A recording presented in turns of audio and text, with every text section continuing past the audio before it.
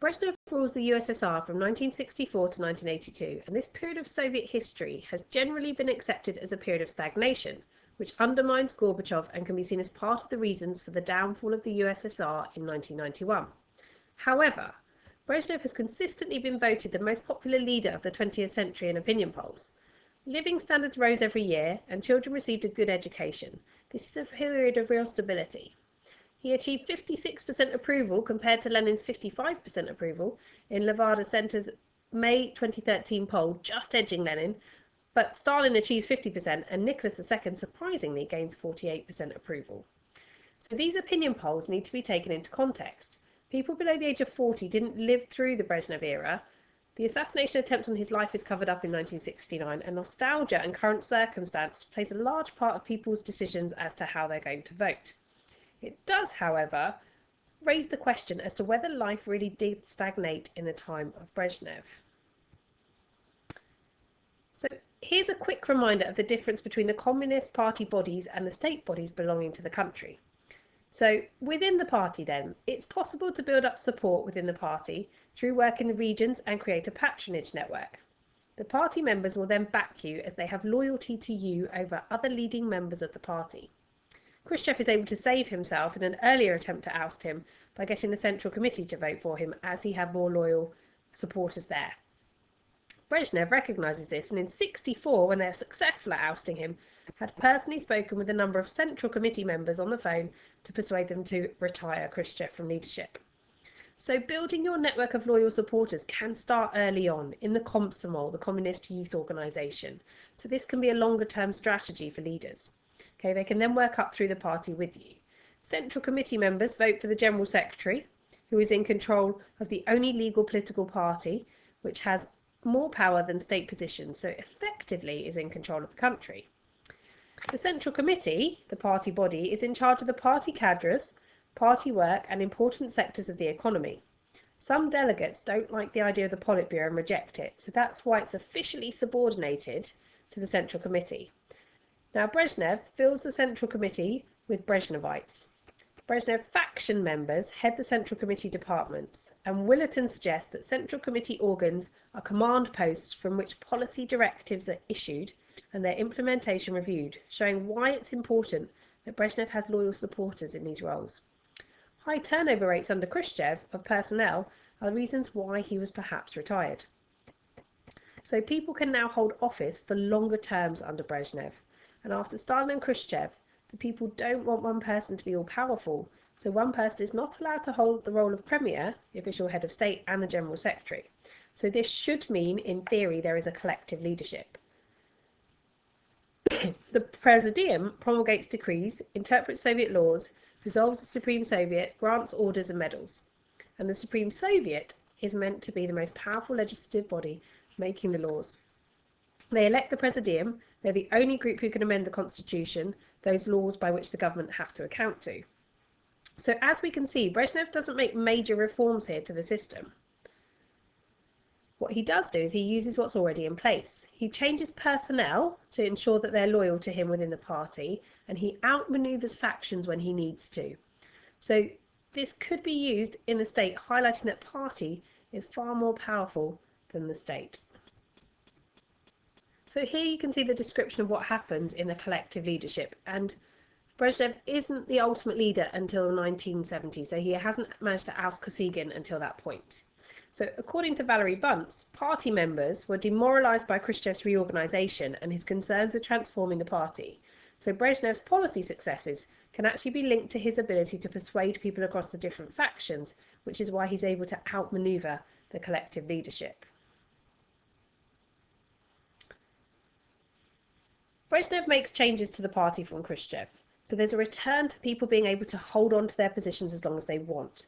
So this actually leads to apathy within the party. The members of the party and government aged, and they blocked the progression of younger members. People were stuck, and those in power were aging and maintained roles despite being ill or close to death. People were encouraged to trust in the cadres, but it made a gerontocracy.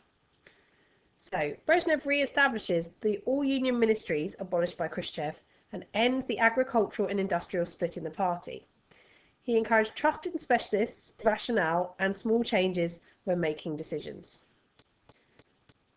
To prove the idea that there is stagnation in the party, there were only 2 new members of the Politburo appointed from 1964 and 1966. 80 to 90% of the Central Committee retained their jobs. This led to this gerontocracy, this rule of the old people. And illness generally means that they can't do their jobs. There are dead-end jobs for those people in the middle ranks, meaning that there's no real incentive for them to work hard.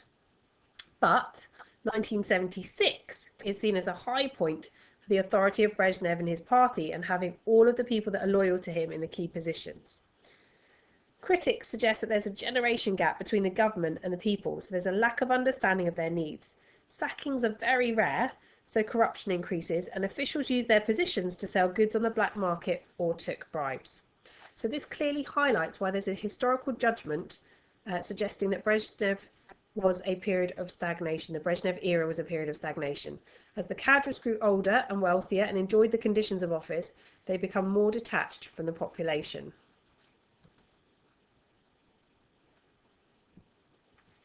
John P. Willerton Jr. concludes that in the Soviet system, it's up to the new leader to strengthen his position through the easing out of weaker or hostile incumbents, the promotion of reliable subordinates, and the development of alliances. So Kosygin is really Brezhnev's main rival. Kosygin has made a career within the government apparatus in the areas of economic planning, textiles, and light industry. He held a foreign policy role, and Brezhnev criticizes him in relation to economic policies being like Lenin's, not socialist enough. And also the Prague Spring in Czechoslovakia is seen as highlighting Kosygin's weakness. Therefore, he creates this campaign of criticisms, and by 1970, he's ousted him. So like other Soviet leaders, it does take Brezhnev a while to become sole leader. Unlike Stalin, but like Lenin, Brezhnev allows different factions. He only prevents those factions which threaten his power from existing. However, he makes sure his supporters are in place. Nearly 3/4 of provincial first secretaries, were replaced, creating a loyal base for him in the party outside of Moscow. He replaces only 1/4 of the Central Committee members between 64 and 82. And in a bid to win the leadership battle, he immediately goes on the offensive, developing his cult of personality. The cult of personality is really set up with a number of key areas. So official slogans call him our father and provider.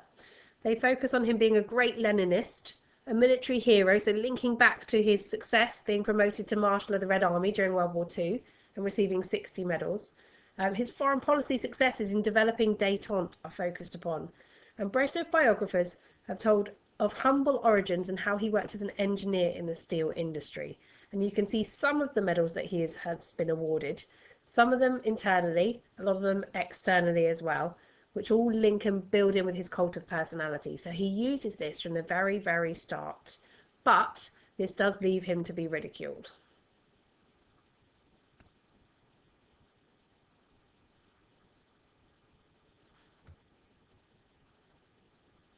A socialist society had allegedly been successfully created by the time that Brezhnev is in power, and the only necessary action, according to Brezhnev, is now consolidation. And this is entitled or comes under the title of developed socialism. Sometimes you'll see it written as mature socialism. So this emphasizes stability, but actually leads to stagnation. So in 1977, he introduces a constitution where mature socialism is confirmed in the preamble and included 28 more articles than Stalin's 1936 constitution. It defined division of republican and central government responsibilities. Republics could cede, so they could leave the Union, but there was no precedent for that. And in Article 6, limitations on political rights of citizens were there.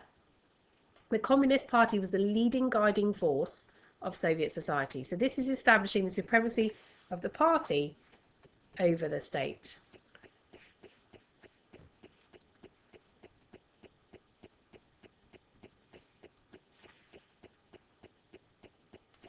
Workers and peasants are exchanging social improvements for political obedience and higher productivity. So this is called a social contract.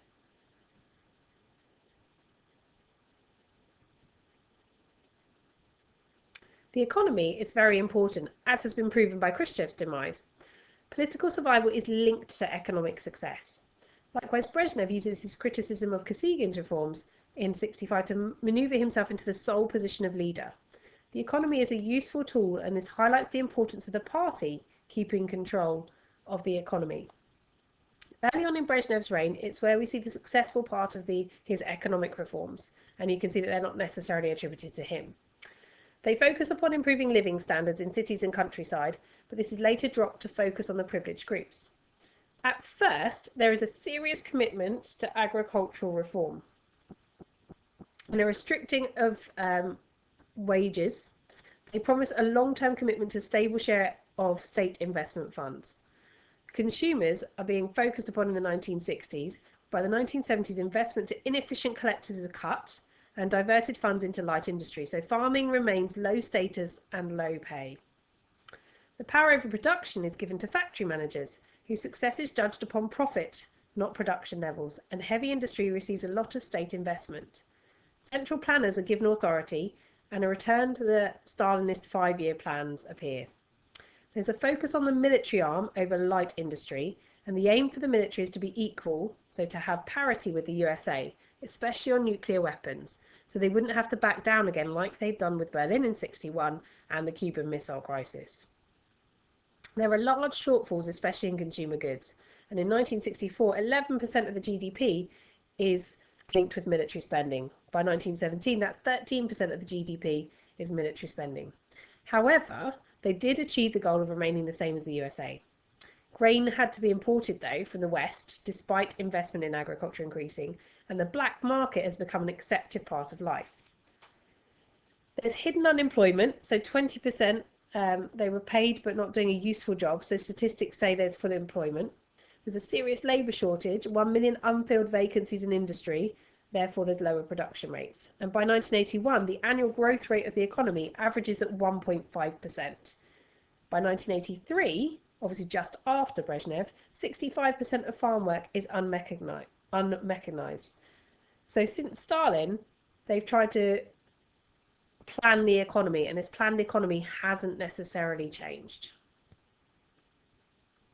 Kosygin then tries to reform the economy, and this would give enterprising managers greater control over allocation of wages and bonuses to incentivize the workforce. But as you can see, he's able to be criticized by it for being too Leninist, I suppose, giving people back power.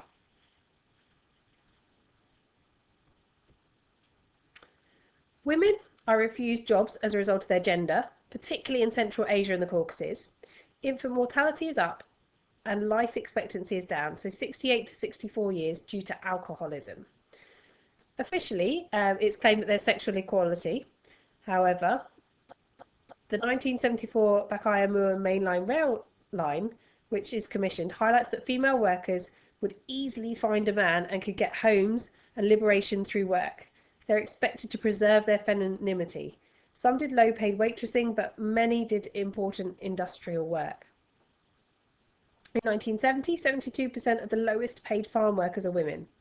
1980, 80% of the teachers in rural areas are women, but only 2% are farm managers. They should have a nurturing role instead. There's a lack of women in top positions, which is explained by the fact that they want to focus upon their family. And lesbianism is seen as a crime, and in 1982, women spend 2 times as much time as men doing chores at home. This is called the dual shift. And sex was seen to be for procreation. Women, though, are clearly useful in propaganda, and we can see this dual role from the postcard suggesting that women were unhappy with their situation. In letters sent into magazines, domestic violence is highlighted as a major issue still faced by women. And Brezhnev establishes opinion polls to connect with the population, but communist leaders take greater note of complaints from citizens in newspapers and magazines and use these rather than opinion polls to work out what's wrong with the Soviet Union. People who've written into these newspapers are targeted with questionnaires. This sample, though, is not very broad or effective, but does show that the regime are trying to be reactive towards people's complaints. The gerontocracy left many feeling apathetic, as the older generations have enjoyed secure positions and a stable career for a decade and a half. There was too much stability in the cadres by 1982. Other areas which show the discontent of the younger generations were the opposition expressed by letters in newspapers. The government tried to counter this by publishing magazines ridiculing Western dress and style. An office romance film was released in 1977, but actually saw people identify with the ridiculed secretary rather than a conservatively dressed boss. Men got tailors to adapt their suits to Western styles, and art becomes nostalgic and looks at the heroic days of the revolution. It's hard to motivate the young to complete their military duties, farm labour and basic public service, and the communist youth, the Komsomol, found that students actively avoided compulsory activities.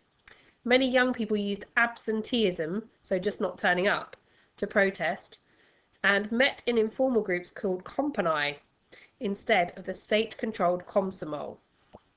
One 18-year-old writes into a newspaper claiming, "I've lost faith in the future and faith in life." Whilst men and women frequently report being bored, unchallenged and depressed, there is a rise in alcoholism in Brezhnev's era. Study does remain important, but it's no longer really expected to help you with your social mobility. There are some indications, though, that religious activity increases in Brezhnev's time. In Saratov, in 1970, 12.2% of people call themselves believers or waverers, bearing in mind that the Soviet Union is supposed to be an atheist state, and Khrushchev had a massive campaign against religion. So church closures now stop under Brezhnev, and anti-religious poster campaigns are reduced, but critical articles still appear in newspapers. One drunk driving incident on St. Elijah's Day is linked to religion. It's reported that where there are religious holidays, there is drunkenness, hooliganism, deadly injuries, and as a result, harm to people's economy, suffering to family, and moral degradation of personality. So clearly an attack on religion there. In 1968, they opened the Institute for Scientific Atheism, which publishes articles, advises teachers, and supports anti-American Islamic groups during their Middle East policy. There's a spiritual board of Muslims of Central Asia and Kazakhstan. He does allow leaders limited contact with Muslims in other countries, and Muslim women have been seen to complete correspondence courses in the Volga region as well, linking with their development of their religious faith. At this time as well, donations to mosques and churches increase as people have more disposable income. So the people still need to be monitored, and again we see continuity with terror and the secret police. Andropov leads the KGB and forges evidence of militancy against opponents in an agent provocateur role, making people think you're on their side and encouraging them to do it when they probably wouldn't do it on their own. So that is how the strategy changes. He's suspicious of cultural freedom and he's a conservative. 11968, order number 0051, on tasks of state security agencies in combating ideological sabotage by the adversary. This claims that high-profile dissidents could emigrate. So 100,000 artists, 1/5 are Jewish and are allowed to go to their homeland of Israel. Psychiatric assessment and compulsory treatment is introduced in April 1969. Records are private and medication could keep them quiet, and they could be detained indefinitely. So this covers people like Protestants, Jehovah's Witnesses. In 1972, people would generally be interviewed and given official warnings. There's 70,000 people that applies to. Then you will be monitored. If you continue, you could be sacked or demoted. So similar to Khrushchev's reign, that demotion. You could also, if you persist, be sent to those psychiatric institutions for treatment, exile or imprisonment. KGB agents are not allowed to accept gifts. They're sacked if their relatives broke the law. They're promoted for success with dealing with dissidents and have to declare their financial assets. Pyotr Yakin and Viktor Klasin wrote the underground publication of the Chronicle of the Current Events Samizdat. There's a 4-hour reading of their indictment at a show trial, the crimes that they've actually committed. 30 witnesses, many not resident in Moscow, bought, and they are given 3 years imprisonment and 3 years exile. Andrei Sakharov advocates human rights. Now, he's the father of the hydrogen bomb, but is critical of the effects of the campaign to expel Lysenko, the favourite scientist, from the Soviet Academy of Sciences. He publishes his reflections on progress in 1968, which make it to the West. He's placed on restricted travel, and his salary is reduced. He gave an account of the intimidation to the New York Times and won the Nobel Prize, but was sent into exile in the city of Gorky. Solzhenitsyn wrote the Gulag Archipelago and is awarded the Nobel Prize for Literature. He's forced into exile after it's published in the USA in 1973. So, on the whole, people are loyal oppositionists. They're critical but want to change the system from within. Brezhnev and Andropov meet regularly, and there's a number of ways that they use to control the population, but they never return to that mass killing that Stalin does.